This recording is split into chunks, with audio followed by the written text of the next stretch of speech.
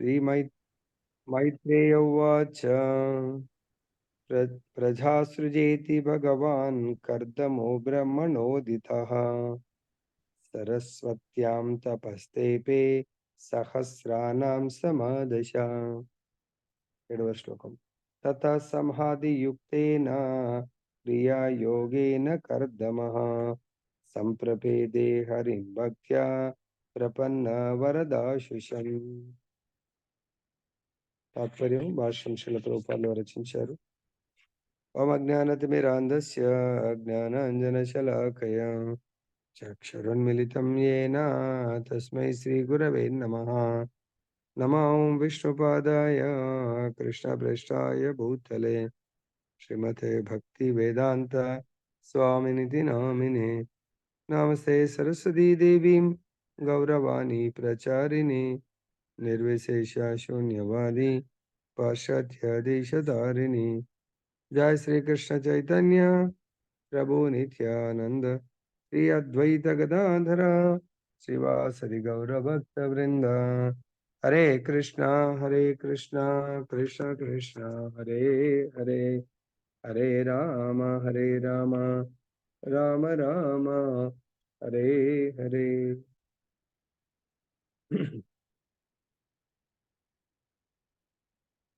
जगलो ग्रंथ श्रीमद् भागवतम की जय. समवेत भक्त वृंद की जय. वांछा कल्पतरुभ्यश्च कृपा सिंधुभ्येव च पतितानां पावनेभ्यो वैष्णवेभ्यो नमो नमः. अंतकुడి వైష్ణవ భక్తులకి की जय.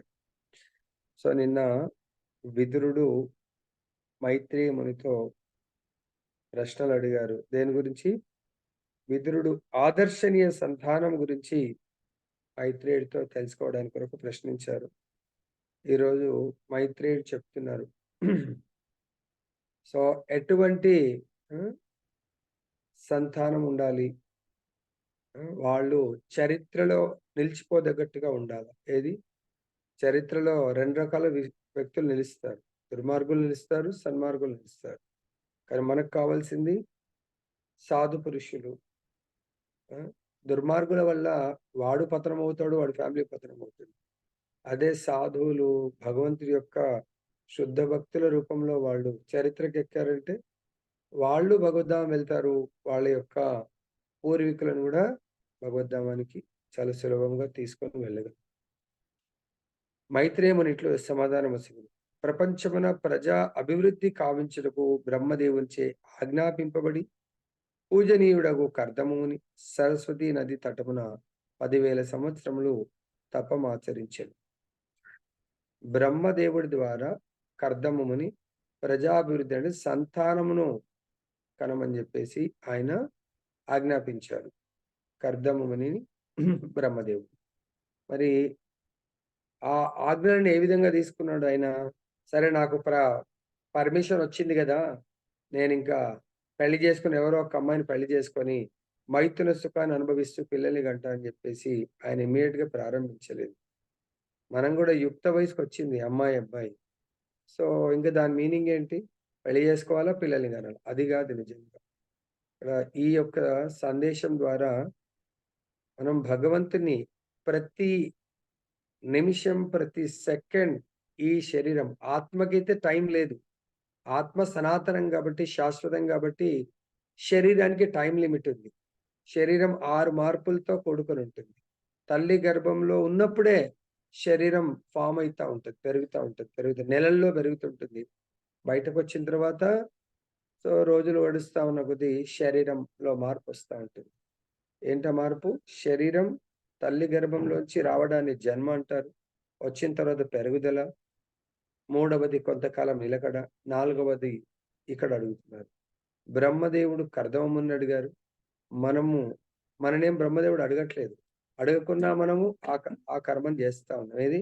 నిన్న భగవద్గీతలో మనకు వచ్చింది. సో ఆత్మ ఎప్పుడు డల్లుగా పడుకున్నట్టు ఉంటుందా? ఒకటి ఏం చేస్తుంది? ఆత్మ ఏం చేస్తుంది? ప్రతి క్షణము ఒక పదం యూజ్ చేశారు. ఏం పదం అంటే క్రియ చేయలేదన్నట్టు. సో కాబట్టి ఇక్కడ మనం కూడా పుట్టాము, పెరిగాము, ఇంకా నెక్స్ట్ యూత్. మా అమ్మాయికి పెళ్లి చూపులు చూస్తున్నామండి, మా అబ్బాయికి చూస్తున్నాం. మరి మీ అమ్మాయి, అబ్బాయి ఈ విధంగా సరస్వతి నది తటన 10,000 సంవత్సరాలు తపమాచరించారు. దేని కొరకు తపమాచరిస్తున్నాడు? కర్దమముని తన యొక్క గోల్ నెక్స్ట్ బ్రహ్మచర్యము, గృహస్థ ఆశ్రమాన్ని స్వీకరించి ప్రజా అభివృద్ధిని కావించమని బ్రహ్మదేవుడు ఆజ్ఞాపించాడు. మనకు గూడా అంతే యుక్త వయసొచ్చింది. ఇంక యుక్త వయసొచ్చిందని జెప్పేసి మనం ఏం జేస్తున్నాము? మన బాధ్యత. నెత్తి మీద బరువుందని దించడానికి పోతున్నాము. ఏంటి అమ్మాయి నెత్తి మీద నాకు చాలా బరువుగా ఉంది. ఆ బరువుని ఇంకొక అబ్బాయికిచ్చేస్తే సరిపోతుంది. అదే అబ్బాయి తల్లిదండ్రులు గూడా వాళ్ళకి గూడా బరువుగా ఉంటాడు. ఆ అబ్బాయి, అవునండి పెళ్లి జేసేస్తే మాదయిపోతుందండి. పెళ్లి జేసిన తర్వాత వాడి కష్టాలు, వాడి కర్మ వాడేమన్నా అనుభవించని. పెళ్ళెందుకు చేయాలా? పెళ్లి వాడు చేసుకొని ఏం చేయాలా? గృహస్థ ధర్మంలో గృహస్థ ఆశ్రమం యొక్క లక్ష్యమేంటి? దాని యొక్క ఆ! ఆ బ్రహ్మచారిగా తల్లిదండ్రుల మీద ఎంత ఎంజాయ్ జేస్తారు. మరి గృహస్థ ఆశ్రమంలో గూడా దానికంటే డబుల్, ట్రిపుల్ ఎంజాయ్‌మెంట్ ఎలా ఉండాలి అనేది మనం నేర్పించాలి. మరి దానికంటే ముందు తపస్సు జేయాలి. జాబొచ్చింది. క్లాస్ ఇంటుందా మీ అమ్మాయి అంటే వినట్లేదు. మరి ఎలా? పెళ్ళైతే జేసుకుంటారు. పెళ్లి జేసుకుంటే అన్ని అష్టకష్టాలు పడి, అప్పుడు "ఎందుకు నాయనా? ఎందుకమ్మా నాకు పెళ్లి జేశావంటారు." కాబట్టి ఇక్కడ కర్దమమునికి ఆజ్ఞలు బ్రహ్మదేవుడి నుంచొచ్చింది. సో, దానికేంటి? మొట్టమొదటిగా నువ్వు తపస్సు చేసి, అప్పుడు ఆ తపో ఫలితమే మనకు ఆ! పెళ్ళికూతురు మన దగ్గర నడుచుకుంటూ వస్తుంది. పెళ్ళికొడుకు గూడా నడుచుకుంటూ వస్తాడు. నిజంగానే ప్రభుజీ ఊహించలేం ప్రభుజీ. ఎంతో వెయిట్ చేస్తున్నాం నిజంగా మా పెళ్లి ఆ సంబంధం అద్భుతమైన సంబంధం వచ్చింది. సంబంధం వచ్చింది. తర్వాత ఏం చేస్తున్నారు? ఇద్దరు ఎంజాయ్‌మెంట్‌లో పడిపోయిండ్రు. తర్వాత మీరనుకుంటున్నాడు ఆ సంబంధం చాలా ఆనందంగా ఉంటదా? ఏముంటదా? అనేది చూసుకోవాల. అంటే ఎవరి కర్మ వాళ్ళు అనుభవించాల. కర్మ కొరకు ఎవడిని రక్షించలేరు. మరి ఆ కర్మ ఫలాలను అనుభవించేప్పుడు మనకు భగవంతుడు పాండవులు అరణ్యవాసం వచ్చింది. అరణ్యవాసంలో ఎన్నో రకాలైనటువంటి కష్టాలు పడతా ఉన్నారు. మరి ఆ కష్టకాలంలో ప్రతి దగ్గర భగవంతుడు రక్షించడానికి నేనున్నాను అని రెడీగా ఉన్నా మనం భగవంతుడిని కొలిసే పరిస్థితి ఉండదు. కాబట్టి ఇక్కడ కర్దమముని 1 గాదు, 2 గాదు. ఎన్ని వేల సంవత్సరాలు తపస్సు చేశాడు? 10,000 సంవత్సరాలు తపస్సు చేసి ఎట్లయితే మనము మొన్న ఒక అమ్మాయి సివిల్స్ ఐఏఎస్ పాస్ అయిపోయింది. ఐఏఎస్ పాస్ అవ్వడానికి కఠోర పరిశ్రమ చేసింది. కష్టపడింది. ఆ! ఎన్నో ర్యాంక్స్ మూడవ ర్యాంక్ కొట్టింది. ఫస్ట్ ప్రిలిమ్స్ పాస్ అయింది. మెయిన్స్‌కి వెళ్ళింది. మెయిన్స్ పాస్ అయింది. ఇంటర్వ్యూకెళ్ళింది. ఇంటర్వ్యూలో చాలా టెన్షన్, ప్రెషర్. దాంట్లో గూడా మంచిగా ప్రిపేర్ అదే విధంగా ఇక్కడ గూడా నెక్స్ట్ గృహస్థ ఆశ్రమం అంటే ఎంతో కష్టం ఉంటుంది. భార్య ఉంటుంది. డిపెండెంట్ పిల్లలుంటారు. సో, మరి ఈ ఒక్కడున్నప్పుడు ఏముంది ఏదో తపస్సు చేసుకొని కందమూలాలు తినుకుంటూ ఆకులలను తినుకుంటూ బతకొచ్చు. కానీ ఎప్పుడైతే ఫ్యామిలీ ఉందో అలా ఇష్టమున్నట్టు మనం చేయలేము. కాబట్టి దాని కొరకు ఆయన 10,000 సంవత్సరాలు తపస్సు చేశాడు. దాని మీనింగ్ ఏంటి? మనం గూడా గృహస్థ ఆశ్రమాన్ని స్వీకరించే ముందు భగవంతుడి కొరకు తపస్సు చేయాలి. ప్రభుజీ మరి మేము గూడా వెళ్లి అరణ్యాలకు వెళ్లి చేయాలనా? అరణ్యాలకు వెళ్లి చేయాల్సిన అవసరం లేదు. ఆ యొక్క యుగ ధర్మం ప్రకారము మనకు ఆచార్యులు ఏం చెప్తున్నారో అది చేస్తే చాలు. అర్థమైందా? మనకు ఈ కలియుగంలో మన యొక్క తపస్సేంటి? పొద్దున మనం జెప్పాం మనము. సో, ఫస్ట్ తపస్య శ్రవణం, సెకండ్ తపస్య కీర్తనం, థర్డ్ తపస్య స్మరణం జేయండి. ఫోర్త్ తపస్య ఆ! పాద సేవనం, ఫిఫ్త్ తపస్య అర్చనం, సిక్స్త్ తపస్య వందనం, సెవెంత్ దాస్యం, ఎయిత్ సఖ్యం, నైన్త్ ఆత్మ నివేదన. ప్రభు ఇవన్నీ ఎలా చేయగలం ప్రభుజీ? ఎలా చేస్తారు? అంటే మన జీవితం యొక్క ఈరోజు భగవంతుడిని ప్రసన్నం జేసుకోవడమే మన జీవితం యొక్క పరమ లక్ష్యము. సో, మరి దీని కొరకు ఈ విధంగా మనం భగవంతుని ప్రసన్నం జేసుకున్నట్టవుతే భగవంతుని మనము సులభంగా చేరుకునే మార్గాన్ని మనం పొందగలము. సో, దీని కొరకు ఆచార్యుల యొక్క ఆవశ్యకత ఎంతైనా ఉంటుందండి. అర్థమైందా? ఆచార్యులు అంటే ఆచరించి బోధించేవాళ్ళు ఆచార్యులు. మరి మనకు ఈ యొక్క సక్సెస్ నవదా భక్తుల్లో సక్సెస్ పొందాలంటే ఈ నవదా భక్తులు అంటే నవవిధ భక్తుల్ని పాటించి వాళ్ళు భగవంతుని ప్రసన్నం చేసుకున్న వాళ్ళు మొత్తం 9కి 9 ఫస్ట్ మాతయ్యకి ఛాన్స్ ఇద్దాం. ఎవరైనా చెప్తారా?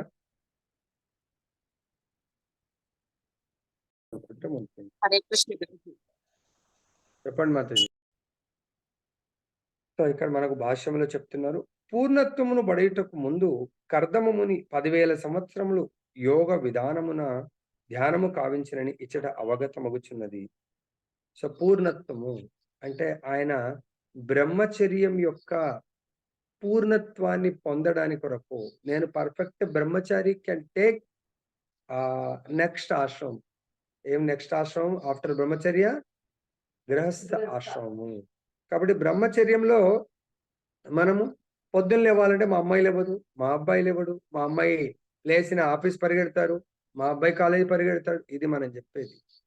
కానీ నిజంగా బ్రహ్మచర్యంలో లైక్ ఎగ్జాంపుల్ ఒక మంచి స్టూడెంట్ మంచి జాబ్ పొందగలుగుతాడు, ఫెయిల్యూర్ స్టూడెంట్ ఏం జాబ్ పొందగలుగుతాడు? ఏం పొందలేడు.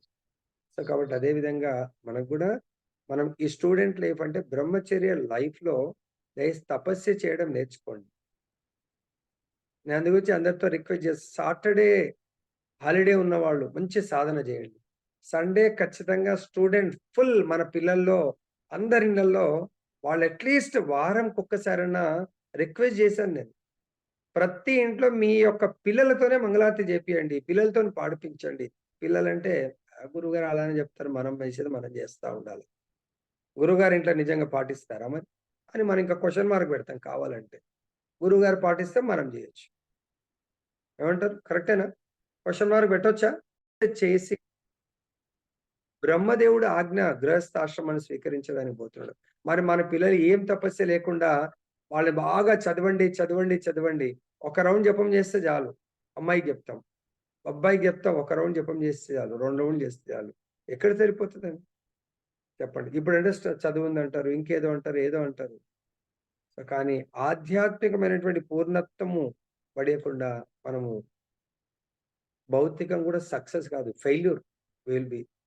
సో కాబట్టి నెక్స్ట్ ఇంకొక ఆచార్యుడు చూడండి, కర్దమముని స్వయంగా ఈ ప్రపంచానికి ఎవరిని అందించాడు?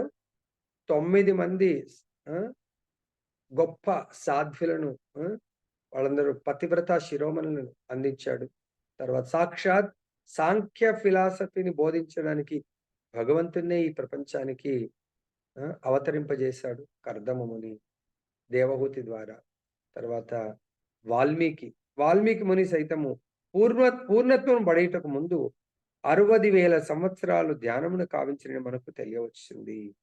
అనగా దీర్ఘాయువు 1,00,000 సంవత్సరములు కలిగిన వారే యోగ విధానమును విజయవంతంగా నిర్వహింపగలరు. ఆ విధముననే యోగమునందు పూర్ణత్వం సాధ్యపడగలదు. లేని ఎడల నిజముగా పూర్ణత్వములకు అవకాశమే లేదు. నియమ పాలనము, ఇంద్రియ నిగ్రహము చూడండి, నియమ పాలనము అంటే 60,000 సంవత్సరాలు వాళ్ళు ఇంద్రియాలను నిగ్రహించి ఒక క్రమబద్ధంగా వాళ్ళు తపస్సు చేశారు. కర్దమముని, తర్వాత వాల్మీకి. సో కర్దమముని ఎవరి ఆదేశాల ప్రకారం చేశారు? బ్రహ్మదేవుడి ఆదేశం. అంటే మన పరంపరలో బ్రహ్మ, మన పరంపరలో భగవంతుడు ఆది గురువు, భగవంతుడి తర్వాత బ్రహ్మదేవుడు. అదేవిధంగా వాల్మీకి కూడా దీర్ఘమైనటువంటి తపస్సు చేశారు. ఎవరు ఆదేశానుసారం చేశారు?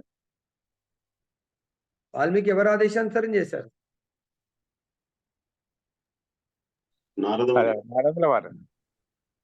నారదుల వారి యొక్క ఆదేశానుసారం తపస్సు చేశారు. కర్దమముని భగవంతుణ్ణి ఈ ప్రపంచానికి అందించారు. వాల్మీకి ఈ ప్రపంచానికి ఎవరిని అందించారు?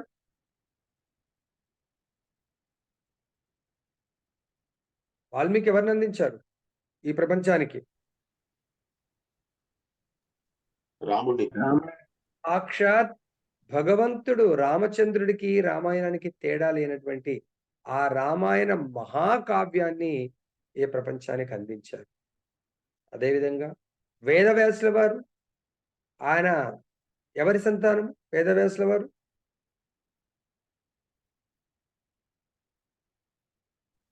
పరాశర మహర్షి. పరాశర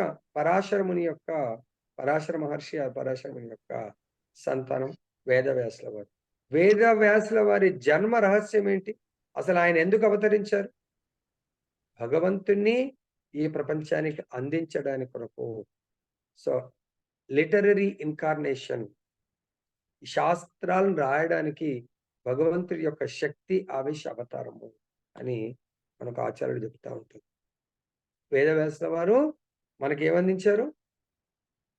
ఈ భాగవత వక్తని ప్రసాదించారు, భాగవతాన్ని రచించారు. అదేవిధంగా నవదా భక్తుల్లో రెండవ ఆచార్యుడు శ్రవణాచార్యుడు పరీక్షిత్ మహారాజు, కీర్తనాచార్యుడు. అంటే ఈ ఇద్దరికి మూలం ఎవరు? భాగవతం. మరి ఆ మూలాన్ని ఆ భాగవత రూపంలో భగవంతుణ్ణి అందించిన వారు వేదవ్యాసుల వారు. వేదవ్యాసుల వారి ద్వారా ఇద్దరు ఆచార్యులు లభ్యమయ్యారు. మరి వేదవ్యాసుల వారు ఎవరి ఆదేశాలను పాటించారు? నారద మునీంద్రుల వారి యొక్క ఆజ్ఞానుసారము భాగవతాన్ని రాయడం జరిగింది. కాబట్టి ఇక్కడ మనం అందరం కూడా ప్రతిదీ మనం ఏదైనా పొందాలంటే తపస్య చేయాలి.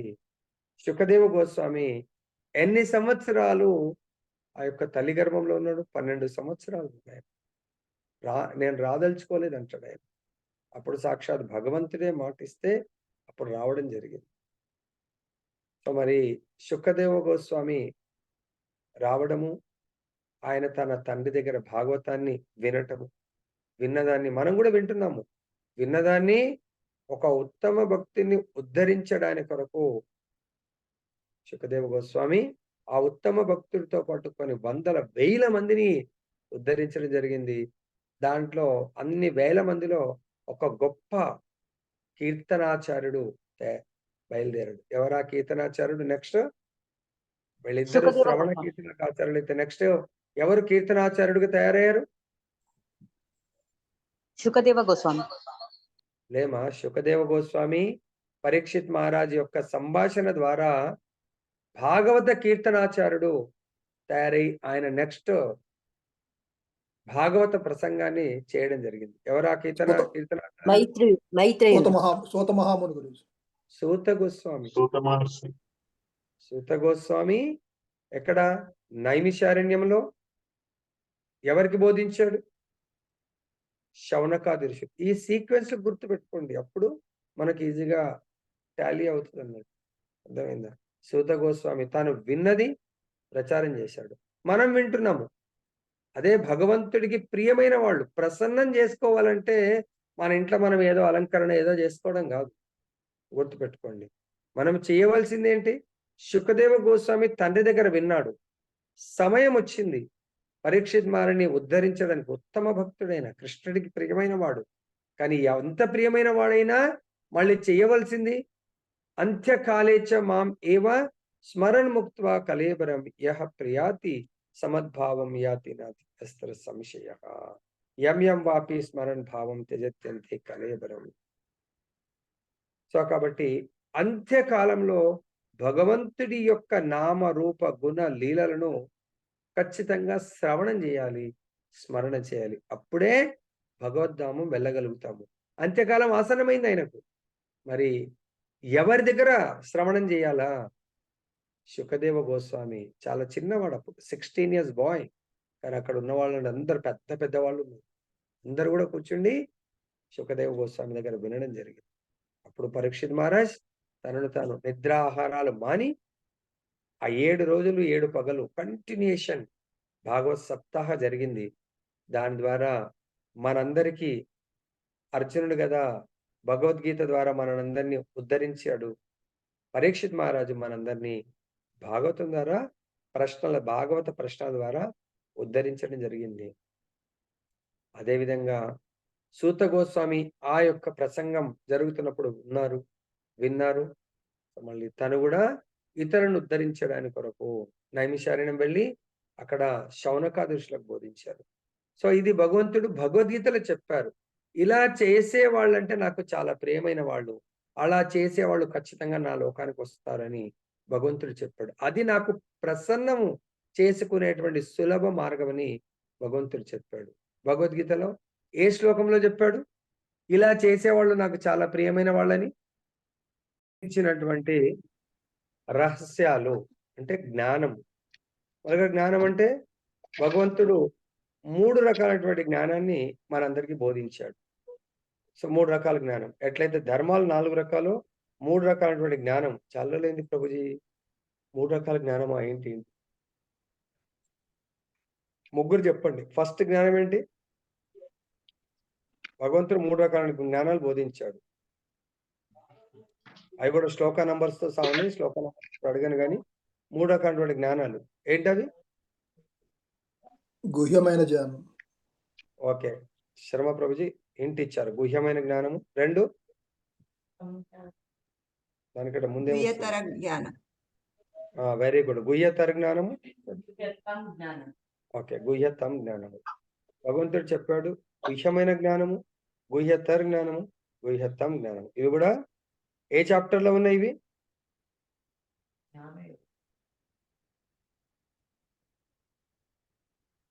ఏ చాప్టర్ లో? మీకు ఆల్రెడీ శ్లోక నంబర్స్ కూడా రాసుకోవాలని చెప్పాను. ఏ చాప్టర్ లో ఉన్నాయి? 18 చాప్టర్ లో ఉన్నాయి. కోర్స్ 9th చాప్టర్ ఎక్కడ ఉన్నది, బట్ 8th చాప్టర్ లో కూడా మీకు మార్క్ చేసుకోండి అని చెప్పాను. ఇప్పుడు ఇక అంత డీప్ గా అక్కడ వెళ్ళాల్సిన అవసరం లేదు. ఓకే. సో కాబట్టి ఇక్కడ మనకు సారాంశం ఏంటంటే మనం పూర్ణత్వాన్ని పొందాలంటే ఖచ్చితంగా ప్రతి ఒక్కరు తపస్సు చేయవలసిందే. ఓకే. సో వాల్మీకి మహర్షి 60,000 ఎందుకంటే ఆయన సత్యయుగానికి సంబంధించిన వాడు కాబట్టి ఆయన ఒక వేటగాడు స్టేజ్ నుంచి మనందరం వేటగాళ్ళం కాకపోయినా మనందరం అభక్తి స్టేజ్ నుంచి భక్తి స్టేజ్కు మనని మనం మార్చుకోవడానికి వాల్మీకి ఏ విధంగా అయితే నారద మునీంద్ర వారు సహాయం చేశారో మంత్ర దీక్షతో మనకు కూడా గురుదేవుల వారు నిత్యము నారదుల వారైతే రోజు వాల్మీకితో ఉన్నారా? నిత్యం ఏమన్నా వాళ్ళకు చర్చ జరిగేదా? నిత్యం ప్రవచనం ఇచ్చారా? కర్దముని బ్రహ్మతో పాటు రోజు కాదు స్వామి మీరు ఒక నెల రోజులు లేకుంటే ఒక 2 నెలలు నాకు క్లాసులు చెప్పండి అప్పుడు నేనేమన్నా ఆలోచిస్తా అని కర్దముని ఏమన్నా అన్నారా? వాల్మీకి ఏమన్నా అన్నారా? అనలేదు. జస్ట్ ఒక ఇన్స్ట్రక్షన్. మనం ఎందుకు మారలేకపోతున్నామంటే we are not taking serious about guru's instructions. గురుగారి యొక్క ఆదేశాలను సీరియస్ గా తీసుకోవట్లేదు. అదే మనకు ఆచార్యులకు ఉన్నటువంటి తేడా అన్నట్టు. కర్దమునికి చెప్పారు, ఓకే అన్నారు, ఇంకా పాటిస్తూ పోయాడు. వాల్మీకి నారద మునీంద్రులు చెప్పారు, పాటిస్తూ వెళ్ళారు. నారదుడు వేదవ్యాసులకు చెప్పారు, వేదవ్యాసుల వాడికి దాన్ని పాటిస్తా ఉన్నారు. కృష్ణ భగవానుడు ఉద్ధవుడికి చెప్పాడు, భాగవతం యొక్క ముఖ్య సారాంశాన్ని చెప్పాడు. ఇది విన్న తర్వాత ఆయన కంప్లీట్ గా వైరాగ్యం వచ్చేసింది. ఇంకా ఫ్యామిలీ, రాజ్యము, బంధువులు, సంఘం పట్ల వైరాగ్యం వచ్చింది. అప్పుడు నేను వెళ్ళిపోతున్న ఉద్ధవ అంటే నన్ను కూడా నీతో పాటు తీసుకెళ్ళమంటే ఇంకా నీకు సమయం ఉంది. ఇప్పుడు నువ్వు ఈ విన్న మెసేజ్ ని అర్జెంట్ గా నరనారాయణ ఋషులు నా గురించి వెయిట్ చేస్తున్నారు. బద్రికాశ్రమంలో అక్కడ వెళ్ళి వాళ్ళకి ఇది మొత్తం బోధన చేయమని చెప్తారు. అదే మైత్రేయుడు కూడా బోధన చేయడానికి వెళ్ళిపోయాడు ఉద్ధవుడికి ఇమ్మీడియట్ గా. మనం కూడా దయచేసి విన్నది మీరందరూ అద్భుతమైన సేవ చేశారు. వింటున్నది అలానే పెట్టుకుంటే ఫలితం ఉండదు. మనకు మొన్న అవకాశం వచ్చింది రామచంద్రుడి యొక్క అవతరణ దినోత్సవం రోజు, శ్రీరామనవమి రోజు చాలా మంది విన్నది ఇతరులకు పంచారు. అదేవిధంగా మనకు కూడా కమింగ్ సండే ఇప్పుడు ఇంత విన్నది సాధు సంఘము చేసేటువంటి మహద్భాగ్యం మనకు దొరకబోతుంది. ఇది ఎవరో ఇన్వైట్ చేస్తేనే నేను వస్తా అనేది మాత్రం ఆ కాన్సెప్ట్ మర్చిపోండి దయచేసి. సాధు సంఘము పరీక్షిత్ మహారాజ్ యొక్క భాగవత శ్రవణానికి ప్రతి ఒక్కరికి ఏమైనా ఇన్విటేషన్ పంపించారా? హరే కృష్ణ. ఏమైనా ఇన్విటేషన్ పంపిస్తే వచ్చారా? ఇంకేం చెప్తున్నారు ఇక్కడ? నియమ పాలనము, ఇంద్రియ నిగ్రహము వివిధములగు ఆసనములను అభ్యసించుట అనునవి కేవలం ప్రాథమికమైనవి. ప్రతిరోజు కేవలం 15 నిమిషములు ధ్యానం చేయుట ద్వారా భగవానుతోనే ఏకమయ్యేది పూర్ణత్వం ప్రాప్తించునని పలికిడి బూటకపు యోగ విధానముచే జనులు ఏ విధంగా మోహితులగుదురో నేను ఎరగజాలకున్నాను. కాబట్టి యోగా అనేది ఓకే, బాడీ ఫిట్నెస్ కొరకు చేయండి. దాని ద్వారా నేను శ్వాస మీద ధ్యాస, ఇంకేదో ధ్యాస పెడతా అంటే it is not possible unless until మన మనస్సుని భగవంతుడి పాద పద్మాల చెంత ఆశ్రయం తీసుకోకుండా ధ్యానం చేస్తే అది జస్ట్ అది డ్రామా తప్ప ఇంకోటి ఏముండదు. ఈ యుగము స్పెషల్లీ కలియుగము, కలహాలు ద్వేషాలతో కూడుకున్నటువంటి యుగము కలియుగము. నిజమునకు అట్టి పనికి మాలిన ప్రతిపాదనలతో యోగ పరిపూర్ణత్వం సిద్ధించే అవకాశమే లేదు. కనుకనే కలియుగం నందు హరినామంకు మించినది వేరొకటి లేదు, వేరొకటి లేదు, వేరొకటి లేదు అని వేద వాంగ్మయము ముమ్మారు స్పష్టంగా చెప్పబడింది. దీని యొక్క శ్లోకం ఇక్కడ ఏదైతే మొత్తం శ్లోకం ఇవ్వలేదో ఆ శ్లోకం కలియుగంలో మళ్ళీ భాగవతంలో కూడా ఒక శ్లోకం ఉంది. ఏ శ్లోకం అది? కలదోష కలియుగంలో ద బెస్ట్ ప్రాసెస్. ఈ యొక్క దోషాలతో కూడుకున్న యుగం కలియుగము అయినా కూడా భగవంతుడు ఒక దివ్యమైనటువంటి వరాన్ని ఇచ్చాడు కలియుగ వాసుల కొరకు. ఏ శ్లోకం అది? రేబుల్ ఇప్పుడు మీరు కాకుండా ఇంకెవరైనా చెప్తారో చూసాం. ఏ శ్లోకం అది? అది కలైదోషో నిదైరాజన్ అస్తి ఏకో మహాగుణాన్ నాతరో పరతరోపాయ అతయ్య ఎక్కడ పోతున్నారు? హరే కృష్ణ గురుజీ చెప్పాలా? కలే దోషే నిధి సంఘ పరంవ్రజే. హరే చెప్పండి మాతాజీ, కరెక్ట్ చెప్పండి మొత్తం. కలే దోషే నిధే రాజన్ అస్తి ఏకో మహాన్ గుణ కీర్తనాత్ యస్య కృష్ణస్య ముక్త సంగ పరవ్రజేత్.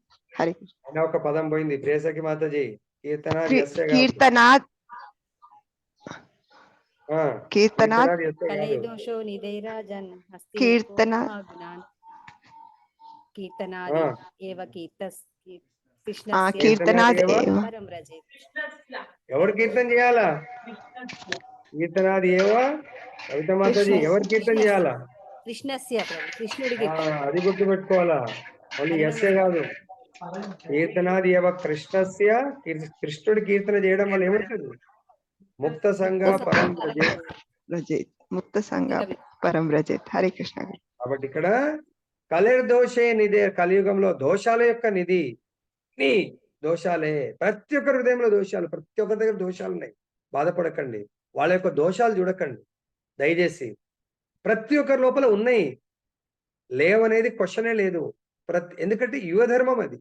యుగంలో ధర్మం అంటే యుగ ధర్మం హరినామము. యుగం యొక్క దాన్ని ఏమంటారు? లక్షణం.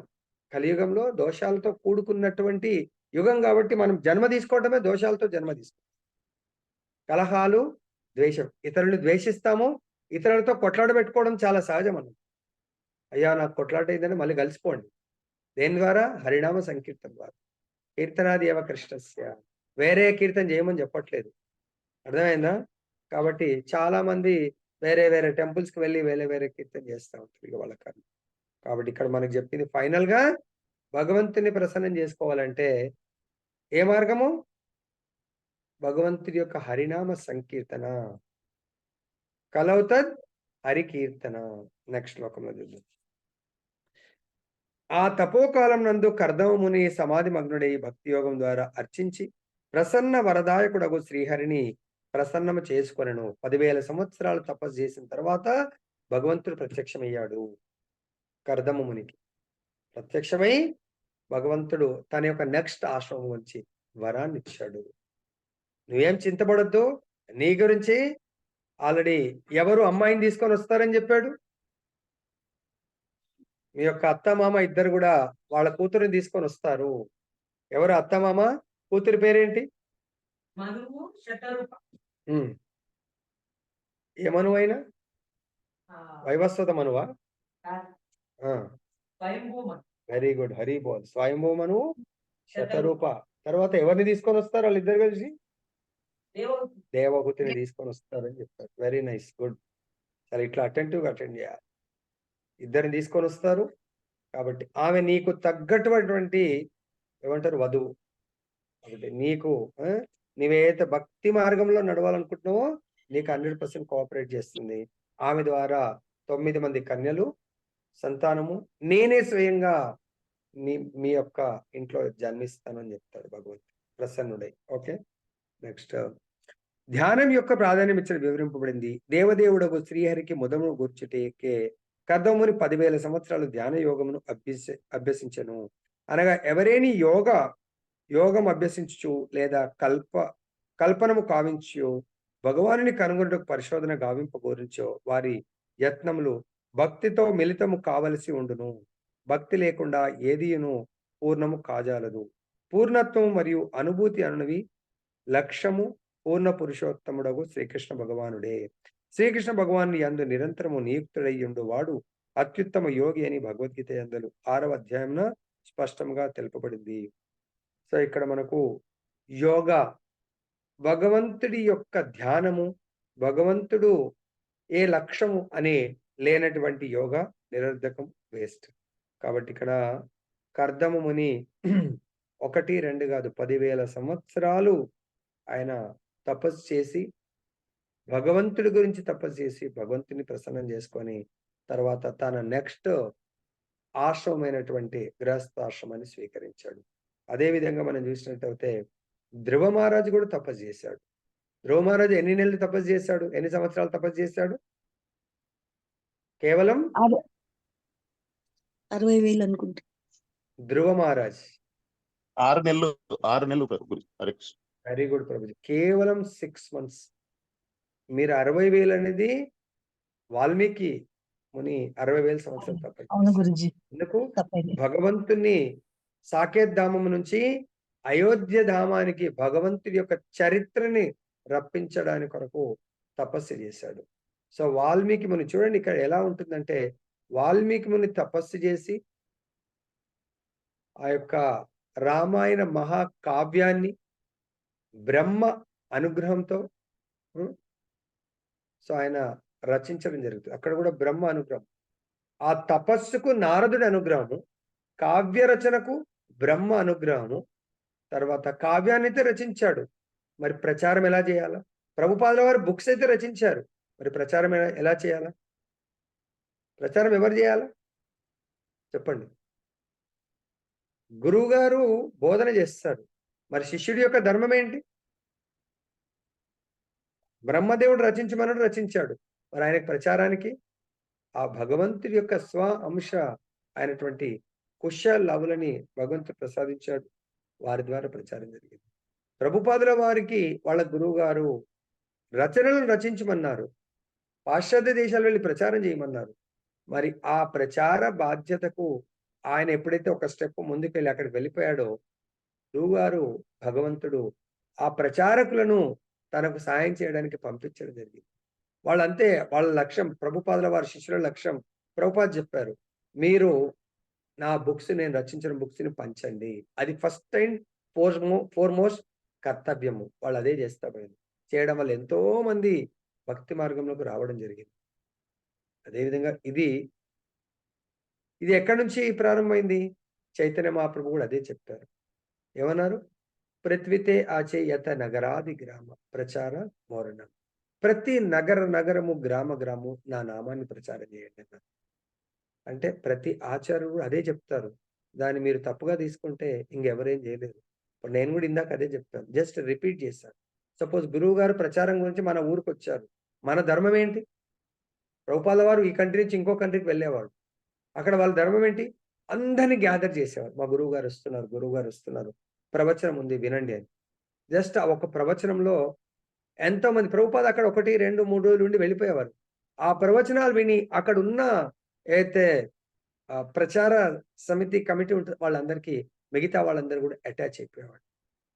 అంతేందుకు ఫారినర్స్ వచ్చి బాంబే క్రాస్ మైదానంలో ప్రభుపాదుల వారు 1970s ఆర్ 70లో పెద్ద పండాల ప్రోగ్రాంలో ప్రవచనం ఇస్తా ఉంటే దాంట్లో ఎంతో మంది, నేను అనుకుంటా ఆనందమయ ప్రభు కూడా అక్కడే అనుకుంటా కోసి, అక్కడ ఆ క్లాస్ విని వాళ్ళు దాంట్లో జాయిన్ అయిపోయారు. మేబీ ఈజోల్నెస్ రాధనాథ్ మహారాజ్ కూడా అక్కడే ఉండొచ్చు. నేను క్లాస్ మీద ఇలా విని వాళ్ళు ప్రభుపాదుల వారి ప్రవచనం విని జాయిన్ అయిపోవడం జరిగింది. అలా ఎంతో మంది. మన కర్తవ్యం, ఆల్రెడీ నా గురువు గారి ప్రవచనం అంటే ఇష్టము, గురువు గారు చాలా బాగా, మరి మనం ఏం చేయాలి? ఎంతో మందికి అన్నదానం అంటే మనకి ఇష్టము, కానీ నిజమైన అన్నదానం, ఆత్మ అన్నదానం చేయండి. గురువు గారిని పిలిచి ఎంతో మంది ఆత్మలకు అన్నదానం చేయండి. శరీర అన్నదానం మీరు పెట్టకుండా ఎంతో మంది పెడతా ఉంటారు. ఆల్రెడీ 5 రూపీస్ భోజనం ఎంతో మందికి పెడతా ఉన్నారు. ఎంతో మంది పేదవాళ్ళు తింటున్నారు, గమనం పోతా ఉన్నారు. కానీ మరి ఎంతమందికి ఆత్మ అన్నదానం చేయండి. అప్పుడు ఒక్కసారి ఆత్మకు అన్నదానం చేస్తే వాళ్ళ జీవితమే మారిపోతుంది. కానీ అది మనం చేయలేకపోతున్నాం. ఎవరికి ఇంట్లో వాళ్ళు ఫిక్స్ అయ్యి ఎవరి మెంటల్‌గా వాళ్ళు యెస్ నేను ఇంతే టైం కేటాయించగలను. ఆ విధంగా అయిపోతే ఎలా ప్రచారం జరుగుతుంది? తర్వాత ఇంకేం చెప్తున్నారు? దేవదేవుడగు శ్రీహరి తనకు శరణాగతుడైన భక్తుని కోరికలు సైతం పూర్ణము కావింపగలడు. కనుక నిజముగు జయమును సాధించుటకు మనుజుడు శ్రీహరి అంటే శ్రీకృష్ణుని పాద పద్మముకు శరణు నొందవలసి ఉన్నది. దానికి భక్తియుక్త సేవయే ప్రత్యక్ష విధానము. ఇతర విధానములన్నీయును అవి ప్రతిపాదింపబడినప్పటికీ పరోక్షమైనవే. ఈ కలియుగం నందు పరోక్ష విధానము కన్నను ప్రత్యక్ష విధానమే విశేషంగా సాధ్యమైనది. ఈ కాలమున జనులు అల్పాయుష్కులు, అల్ప మేధస్సులు కలవారు, బీదవారు, పెక్కు దుఃఖములతో కలత నుండి ఉండువారు అగుటే అందులకు కారణము.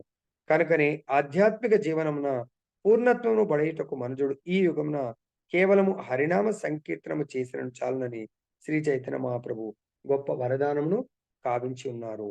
సో దీనికి అంటే పరోక్ష ప్రత్యక్ష విధానం గురించి భగవద్గీతలో మనకు ఏ అధ్యాయంలో ఏ శ్లోకంలో ఉంది? మనకు అర్జునుడు అడుగుతాడు అనుకుంటా బహుశా పరోక్ష విధానం కూడా ఓకేనా అని చెప్పేసి. ఏమైనా చెప్పగలరా?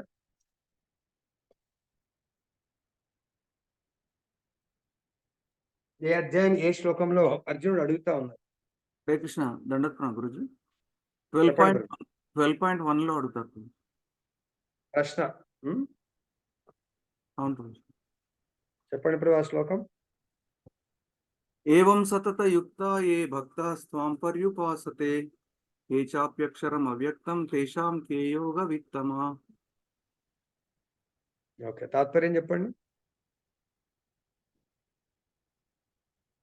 ఇట్లా ప్రభుజీ అంటే అర్జునుడి వద్ద అంటే అదే, భక్త సేవలో ఎవరైతే నియుక్తులైన వాళ్ళు అంటే సదా ఎల్లప్పుడూ నీ యొక్క భక్తియుక్త సేవలో నియుక్తులైన వారు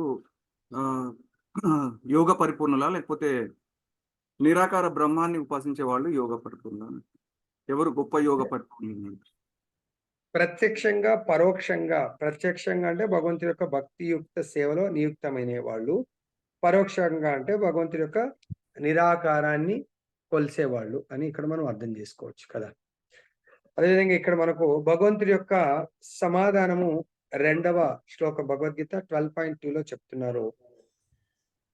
శ్రీకృష్ణ భగవానుడు పలికిన నా స్వరూపమునందు మనస్సును అంటే భగవంతుడి యొక్క స్వరూపం సచ్చిదానంద స్వరూపం పైన ఎవరైతే మనస్సు కేంద్రీకరిస్తారో స్థిరంగా చంచలంగా స్థిరంగా నిలిపి ఆ రూపం ఎటువంటిది? అలౌకికము అయినటువంటి రూపము. అత్యంత శ్రద్ధతో సదా నన్ను ఉపాసించుట ఎందు నియుక్తులైన వారు అత్యంత పరిపూర్ణులని చెప్తున్నారు. అదేవిధంగా పరోక్షం గురించి 5వ శ్లోకంలో చెప్తున్నారు భగవంతుడు 12.5లో. పరమ పురుషుని అవ్యక్త నిరాకార తత్వం నందు ఆసక్తమైన చిత్తము గల వారికి పురోగతి అనున్నది మిగుల క్లేశకరము. ఆ విధానమున ప్రగతి సాధించుట దేహదారులకు ఎల్లప్పుడూ కష్టతరము అని భగవంతుడే డిక్లేర్ చేస్తారు. అదేవిధంగా మరి దాన్ని బట్టి మనము ఏం చేయాలి? ప్రత్యక్ష దాంట్లో సులభమైన మార్గము చైతన్య మహాప్రభు చెప్తున్నారు. భగవంతుడి యొక్క ఇందాక హరేర్నామ ఇవ కేవలం కలవు నాస్తేవ గతిరన్యద. కలియుగము కలహాలు ద్వేషాలతో కూడుకున్నటువంటి యుగం కాబట్టి దీనికి కలిసంతరణ ఉపనిషత్తులో చెప్తున్నారు. హరే కృష్ణ కృష్ణ కృష్ణ హరే హరే, హరే రామ రామ రామ హరే హరే. ఇది షోడశకం నామ్నాం కలి కల్మష నాశనం నాతహో పరతరోపాయ సర్వ వేదేషు దృశ్యతే.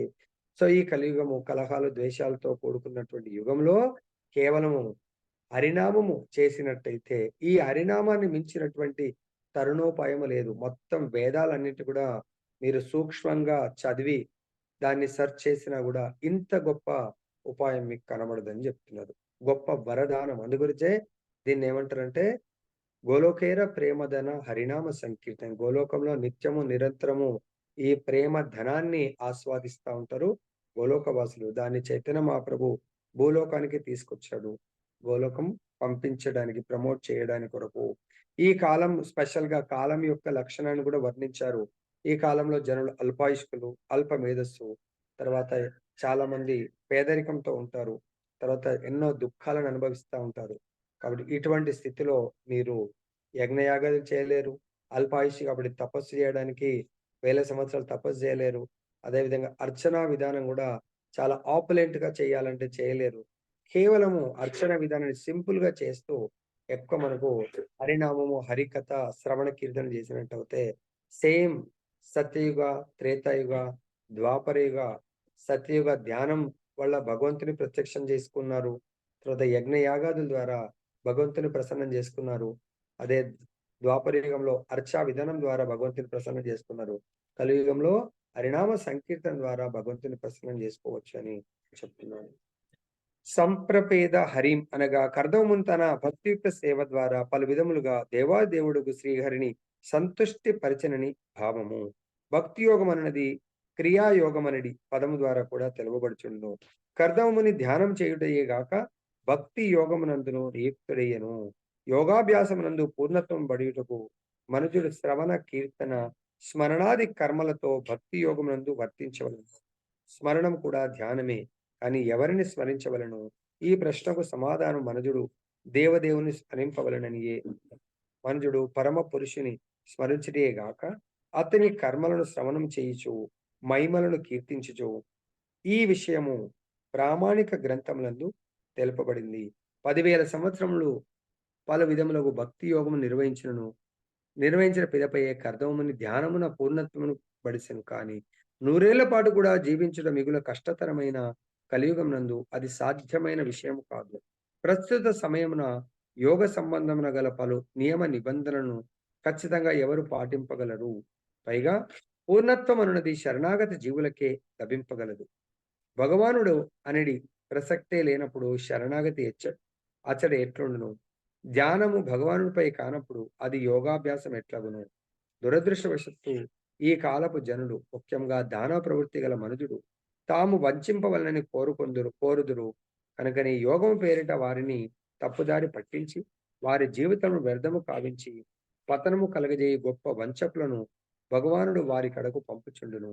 ఆ కారణముననే తమను తాము ప్రామాణికులమని ప్రకటించుకొను మూర్ఖుల అక్రమంగా సంపాదించిన ధనం చే గర్వించి ప్రామాణిక గ్రంథములను అనుసరింపకనే యోగం నిర్వహించురని భగవద్గీత 16.17 ఎందు స్పష్టంగా తెలుపబడింది.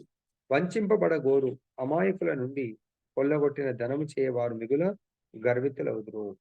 కాబట్టి ఇక్కడ మనకు కర్దమముని 6.47 యోగకు ముఖ్యంగా ఏం చేయాలి, ఏం చేయకూడదని మనకు ఆల్రెడీ అంటే 6వ అధ్యాయం యొక్క సంపూర్ణ సారాంశాన్ని మనకు ఆ 47 శ్లోకంలో మనకు బోధించారు.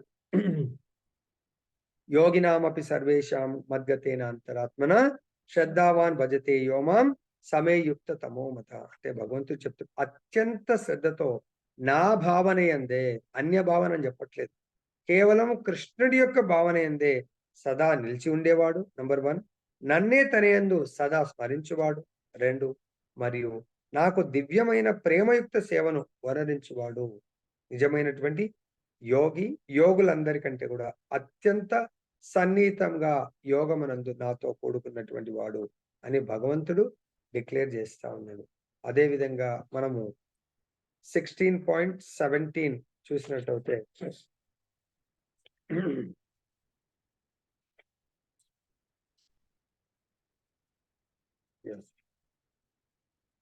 ఉత్తమ పురుషస్త్వన్యః పరమాత్మేత్యుదాహృతః యో లోకత్రయ మావిశ్య బిభర్త్యవ్యయ ఈశ్వరః. ఈ ఇరువురు గాక 3 లోకములందు ప్రవేశించి వాటిని పోషించు సాక్షాత్ అక్షయుడును ప్రభువును పరమాత్ముడును అగు ఉత్తమ పురుషుడు కలడు అని మనకి ఇక్కడ ఆ ఉత్తమ పురుషుడు దేవాది దేవుడు అయిన శ్రీకృష్ణుడే పరమాత్మగా ప్రతి ఒక్కరి హృదయమునందు నెలకొండును. అతన్ని ఎరగగలిగిన బుద్ధిమంతుడు సంపూర్ణ శాంతిని పొందుటకు అర్హుడగుతాడు. కాబట్టి ఇక్కడ మనము మన యొక్క ఈరోజు టైటిల్ ఏంటి? భగవంతుణ్ణి ప్రసన్నము చేసుకునే విధానం. భగవంతుని ప్రసన్నం చేసుకునే విధానము యుగ యుగానికి మారుతూ ఉంటుంది. కృతే ధ్యాయతో విష్ణు, ఆ భగవంతుని కృతయుగం అంటే సత్యయుగంలో ధ్యానం ద్వారా ప్రసన్నం చేసుకునేవాళ్ళు. విష్ణు యొక్క ధ్యానము. రెండవ యుగం త్రేతాయాం యజతో మకై, త్రేతాయుగంలో యజ్ఞ యాగాదుల ద్వారా భగవంతుని ప్రసన్నం చేసుకునేవాళ్ళు. మూడవ యుగము ద్వాపరే పరిచర్యాయే, ద్వాపర యుగంలో అర్చా విగ్రహారాధన ద్వారా భగవంతుని ప్రసన్నం చేసుకునేవాళ్ళు. అదేవిధంగా కలౌతత్ హరికీర్తనం, కలియుగంలో ద బెస్ట్ ప్రాసెస్, భగవంతుని ప్రసన్నం చేసుకునే మార్గము భగవంతుడి యొక్క హరినామ సంకీర్తన ద్వారా ప్రసన్నము సులభముగా చేసుకోగలము మనము. సో మనకు చైతన్య మహాప్రభు స్వయం భగవంతుడే అవతరించి మనకు చెప్పడం జరిగింది. ముఖ్యంగా ప్రతిరోజు 3 పనులు చేసుకోండి. ప్రతిరోజు ఏంటో 3 పనులు? చాంటింగ్, సో చాంటింగ్ చేయండి, డాన్సింగ్ చేయండి, అంటే భగవంతుడి యొక్క కీర్తన చేస్తూ నృత్యం చేయండి. నిత్యము భగవత్ ప్రసాదాన్ని మాత్రమే తీసుకోండి. సో ఇక్కడ మనకు ఈరోజు బోధించిన దాని ప్రకారము నిజంగా ఇది భగవంతుని ప్రసన్నము చేసుకున్నటువంటి మహాభక్తులు 9 మంది ఆచార్యులు నవదా భక్తులకు, అదే విధంగా మనం చూసినట్టయితే భగవంతుడి యొక్క శుద్ధ భక్తులలో 12 మంది గొప్ప ఆచార్యులు ఉన్నారు. వాళ్ళని ఏమంటారు? మహాజనులు. 12 మంది మహాజన భక్తులు ఉన్నారు. వాళ్ళలో చెప్పగలుగుతారు ఎవరన్నా? 12 మందిలో 12 మంది చెప్పండి. ఒక్కొక్కరు పేరు చూడండి. బ్రహ్మదేవుడు జన్మించగానే ఎంతో తపస్సు చేసి భగవంతుని ప్రసన్నం చేసుకున్నాడు. నారదుడు పూర్వజన్మలో బాలుడిలాగా ఉన్నప్పుడే ఎంతో తపస్సు చేసి, అంటే సాధువుల యొక్క సాంగత్యంలో సాధువులను సేవించి భగవంతుని మెప్పించి నెక్స్ట్ లైఫ్ లో నారద జన్మ తీసుకుంటాడు. శంకరుడు ఇప్పుడు కూడా స్టిల్ ఎప్పుడు కూడా భగవంతు రామనామాన్ని జపిస్తా ఉంటాడు, భగవంతుని సేవిస్తా ఉంటాడు. సనకాది బ్రహ్మదేవుడు సృష్టించగానే జ్ఞానం పొంది భగవంతుని సేవించడానికి ఇంకా బ్రహ్మచారిగా ఉండదలుచుకున్నారు. కపిల్ దేవ్ స్వయం భగవంతుడి అవతారమే. సాంఖ్య ఫిలాసఫీ మన యొక్క ప్రపంచానికి, సాంఖ్య అంటే ఆత్మ శరీరం యొక్క పరిశీలనాత్మకమైనటువంటి వివరణ ఇచ్చారు. మను భగవంతుడి ఆదేశాలను పాటిస్తూ ఈ యొక్క ప్రపంచాన్ని పరిపాలించారు. తర్వాత ప్రహ్లాదుడు నారద మునీంద్రుల వారి యొక్క ఆజ్ఞానుసారము స్మరణ భక్తి నిత్యము ఎటువంటి కఠిన పరిస్థితులకు కూడా జంకకుండా భయపడకుండా చేస్తూ వెళ్ళాడు. తన తండ్రి సంవరించడానికి ఎన్నో ప్రయత్నాలు చేస్తాడు, కానీ భక్తిని మాత్రం ఆపలేదు. అదేవిధంగా జనకుడు కూడా భగవంతు రామచంద్రుడి యొక్క ఉత్తమ భక్తుడు. భీష్మ పితామహ జీవితం మొత్తం విష్ణు భగవంతుని సేవించకుండా ఏ ఒక్క రోజు కూడా ఆయన గడపడు. కాబట్టి ఆయన కూడా మహాజనకుల్లో ఒకటిగా లిస్ట్ లో జాయిన్ అయిపోయాడు. అదేవిధంగా బలి మహారాజ్ తన సర్వస్వాన్ని ఎలా ఆత్మ నివేదనం సమర్పించాలా అనేది మనకు చూపించారు. అట్లీస్ట్ మన ఆచార్యులు చెప్తారు, మనం సంపాదనలో 50%, 40%, 30%, లాస్ట్ 10% అన్న భగవంతుడి యొక్క ప్రచార సేవకు ఉపయోగించాలి. కానీ అది కష్టం. గురుగారి నేను ఈ ప్రచారంలో నా దగ్గర రోజుకు ఇంత వస్తుంది, నెలకి ఇంత వస్తుంది, సంవత్సరానికి ఇంత వస్తుంది, మరి ప్రచారంలో ఏ విధంగా దీన్ని ఉపయోగిద్దాము అని ఎవరైతే మానసికంగా ఆలోచించి గురువుగారి యొక్క కావాలంటే గురువుగారు మీకు కొంత డబ్బు ఇస్తా, మీరే పనిచేయండి అనేది మనకు ఆ డబ్బు ఇవ్వడం కష్టము, ఇచ్చినా మన బుద్ధిని మాత్రం ప్రచారం గురించి కేటాయించలేము మనము. కాబట్టి మనందరం కూడా ఇంటెలిజెన్స్. ప్రచారంలో మీ అందరి బుద్ధి అందు గురించి అంటారా కదా, మనస వాచ కర్మన, మన యొక్క మనస్సు, వాక్కు, కర్మ, అదేవిధంగా తన్ మన్ ధన్, తనువుతో, మనసుతో, ధనంతో సేవించడానికి, ప్రచారం చేయడానికి ప్రయత్నం చేయాలని చెప్పేసి నేను కోరుకుంటూ ముగిస్తున్నాను. ఈ విధంగా మనందరము భగవత్ ప్రసన్నం కొరకు ఈ రోజు నుంచి ప్రయత్నం చేద్దాం. ఏకాదశి రోజు వచ్చింది టైటిల్, భగవంతుని ప్రసన్నం చేసుకునే మార్గము. సో ప్రభుజీ మొత్తం ఓవరాల్ గా చెప్పారు. మరి ఏం చేయాలి ప్రభుజీ? అట్లీస్ట్ మనందరం సాధక భక్తులము. సాధక భక్తులు చేయవలసింది ఈ రోజు నుంచి 12.9, అది అట్లీస్ట్ ఖచ్చితంగా పాటించడానికి ప్రయత్నం చేద్దాం. 12.9 ఎవరైనా ఒకరు బాగా చదివే వాళ్ళు ఒకసారి తీయండి. భగవద్గీత 12.9 తీసి దాంట్లో 7, 8 ఫార్ములాస్ ఉన్నాయి. అవి ఒకసారి చదవండి. కృపాద్ గురు మహారాజ్ కి జై. హరే